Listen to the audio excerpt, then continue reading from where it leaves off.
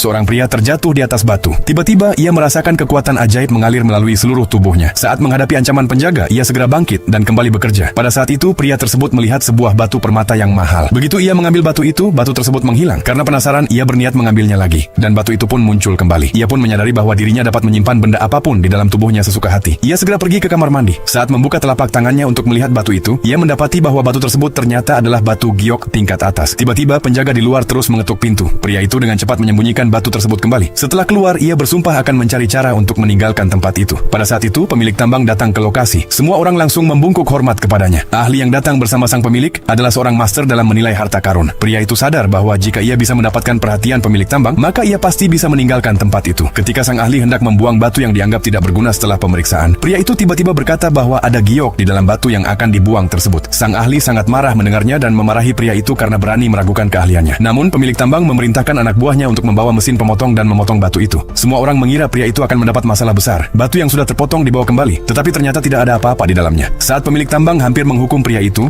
ia berkata bahwa jika dipotong sedikit lagi, mereka pasti bisa melihat gioknya. Pemilik tambang memutuskan untuk mempercayainya sekali lagi dan secara pribadi memintanya sendiri yang melakukan pemotongan. Ketika pria itu memotong batu tersebut, ternyata bagian dalamnya penuh dengan giok mahal. Semua orang sangat terkejut. Sang ahli hampir saja membuat pemilik tambang mengalami kerugian besar. Ia pun berlutut dengan ketakutan di hadapan pemilik tambang, namun tetap tidak mendapat pengampunan. Pemilik tambang sangat menghargai ketajaman penglihatan pria itu. Ia memintanya datang ke acara lelang untuk membantunya mencari batu giok keesokan harinya. Keesokan hari, pria tersebut datang ke lelang. Ia melihat banyak orang berkumpul di sekitar tumpukan batu. Ia menyadari bahwa ada sebuah giok tak tertandingi yang tersembunyi di salah satu batu itu. Ia segera meminta pemilik tambang untuk membelinya. Namun, semua orang di sana tidak optimis terhadap batu tersebut. Melihat keyakinan pria itu, pemilik tambang akhirnya membelinya juga. Semua orang menunggu untuk menertawakan hasilnya. Ketika batu itu dipotong, hasilnya persis seperti yang dikatakan pria tersebut. Terlebih lagi, giok jenis ini dapat dijual dengan harga $500.000 per gram.